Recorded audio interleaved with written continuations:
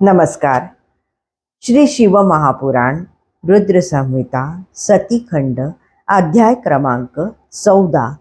दक्षाच्या घरी उमेचा जन्म. श्री गणेशाय नमः. ब्रह्मदेव नारदांना म्हणाले, देवर्षे, दक्षाने तुला शाप दिला हे वर्तमान समजताच मी त्वरेने तेथे आलो. मी त्याला अनेक प्रकारे समजावले, प्रयत्नपूर्वक शांत केले, त्याचे सांत्वन केले. नारद हा तुझा बंधू आहे, माझा ज्येष्ठ सुपुत्र आहे असे सांगून त्याला तुझा परिचय करून दिला. तुझेही समाधान केले. तुम्हा दोघांमध्ये स्नेहपूर्ण संबंध प्रस्थापित करून मी आपल्या स्थानी परतलो. काही दिवसांनी दक्षाने आपल्या पत्नीच्या ठिकाणी 60 सुंदर स्त्रिया उत्पन्न केल्या.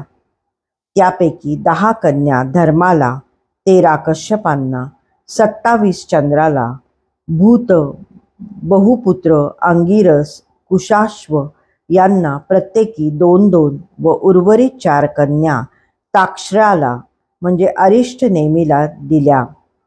त्यांच्यापासून उत्पन्न झालेल्या प्रजांनी त्रैलोक्य भरून गेले.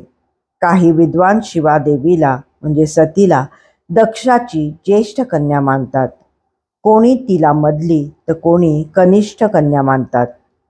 कल्पभेदाने ही तीनही मतं बरोबर आहेत.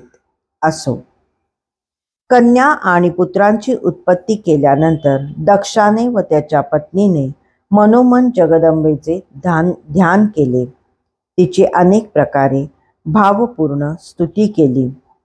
त्यामुळे भगवती शिवा अतिशय संतुष्ट झाली. तिने दक्ष पत्नीच्या गर्भातून अवतार घेण्याची सिद्धता केली.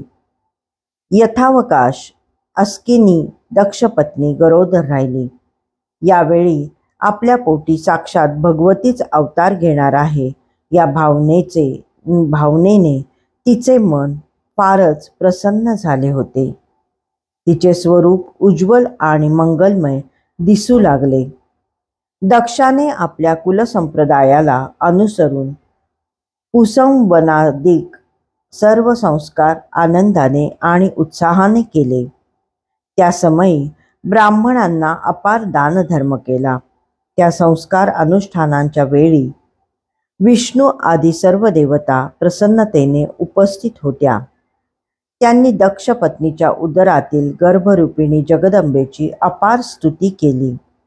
सर्व लोकांवर उपकार करण्यासाठी अवतीर्ण होणाऱ्या शिवादेवीला वारंवार नमस्कार केला. दक्ष आणि अस्किनीची प्रशंसा करून त्या सर्व देवता आपापल्या लोकी गेल्या. 9 महिने पूर्ण होऊन 10वा महिना लागला तेव्हा एका सुमुहूर्तावर भगवती शिवा माते सन्मुख कन्येच्या रूपात प्रकट झाली. ती अवतीर्ण होताच दक्ष फारच प्रसन्न झाला. त्या दिव्य तेजोयुक्त कन्येला पाहून ही साक्षात शिवादेवी आहे याची त्याला खात्रीच पटली. त्या समयी आकाशातून पुष्पवृष्टी झाली. मेघांनी जलवृष्टी केली. सर्व दिशा शांत झाल्या.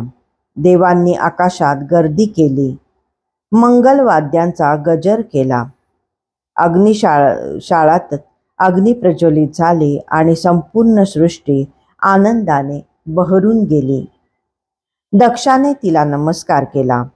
तिची भावभक्तीने स्तुती केली. ती ऐकून भगवती प्रसन्न झाली. ती म्हणाली, प्रजापती, मी तुला पूर्वी जो वर दिला होता तो आज सिद्ध करत आहे. त्या तपश्चर्येचे फल ग्रहण कर. तिचे बोलणे त्याच्या शिवाय अन्य कोणालाही ऐकू आले नाही. मग त्या देवीने आपल्या मायेने शिशुरूप धारण केले आणि ती रडू लागली. त्या बालिकेचे रडणे ऐकून दक्ष पत्नीच्या दासी व अन्य स्त्रिया धावतच तेथे आल्या. अस्किनीच्या कन्येचे अलौकिक रूप पाहून त्यांना फारच हर्ष झाला.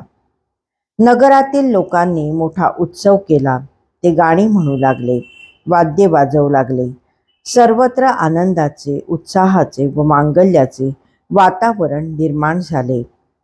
दक्षाने श्रेष्ठ ब्राह्मणांना बोलावून विधिपूर्वक सर्व कुलाचार केले. दानधर्म केला. दक्षकन्येच्या जन्मोत्सवात ऋषी, मुनी व देवादिकांनीही उत्साहाने भाग घेतला होता. दक्षाने श्रीहरी व अन्य देवश्रेष्ठींच्या आज्ञेने तिचे उमा असे नामकरण केले. तिला अनेक नावांनी संबोधले. ती सर्व नामे मंगलकारक आणि विशेषतः समस्त दुःखांचा नाश करणारी होती.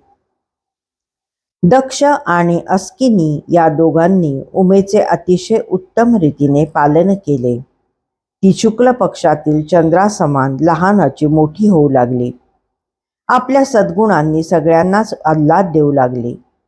तिचे देखणे रूप दिसामासाने प्रकर्ष पाहू लागले. सख्यांसमवेत खेळताना ती शंकराची प्रतिमा तयार करत असे. तिच्या बाल्योचित गाण्यांमधून स्मरशत्रू शिवजींचीच स्तुती प्रकट होत असे. ती त्यांचे स्मरण करत असे, त्यांच्याच भक्तीत लीन राहत असे. ती गृहकार्यात निपुण होती आणि उत्तम आचरणाने आपल्या मातापित्यांनाही संतोष देत होती. अध्याय 14 समाप्त.